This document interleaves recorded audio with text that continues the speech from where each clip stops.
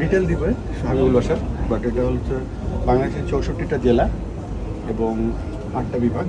এবং এখানে যে আমরা মনে করছি যে এখানে এক একটা জেলাতে সব থেকে 4টা গুরুত্বপূর্ণ লোক আছে যারা ক্রিকেট দেখবে।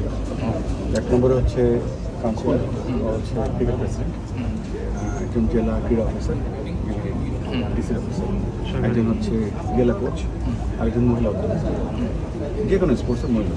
সবাইকে ঢাকায় আনবো 10 দিনের জন্য। তাদের আমাদের ট্রিপল সেঞ্চুরির ডিসেন্ট্রালাইজেশনের প্রোগ্রামটা কী, তারা ক্রিকেট ওইখানে চালাতে হলে তাদের সেই 4 জনের কী রোল হওয়া উচিত, সেই রোলটা হওয়ার জন্য তাদের কী কম্পিটেন্সি আছে, কী করলে তারা আরও বেটার করবে, আমরা কি দিতে পারবো, তাদের কি আছে, এসব একসাথে করলে ওইখানে একটা গ্যাপ দেবো, ওই গ্যাপটা করবো। দর্শনীয় কি আমাদের জন্যই থাকবে না প্রথম টেস্ট?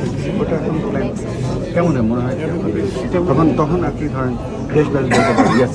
তারপরে ওই যে মূলত তাদের একটা ওরিয়েন্টেশন প্রোগ্রাম আছে, ওরিয়েন্টেশন তাদের রোলটা কি জানো, রোলটা আর কি আমরা কি ফেল করি জেনে যাবো যে আচ্ছা বাংলাদেশে হয়তো 100টা আরুন পেয়ে 50টা পাকা পেয়ে 10টা কোচিং করে তখন জানতে পারবো।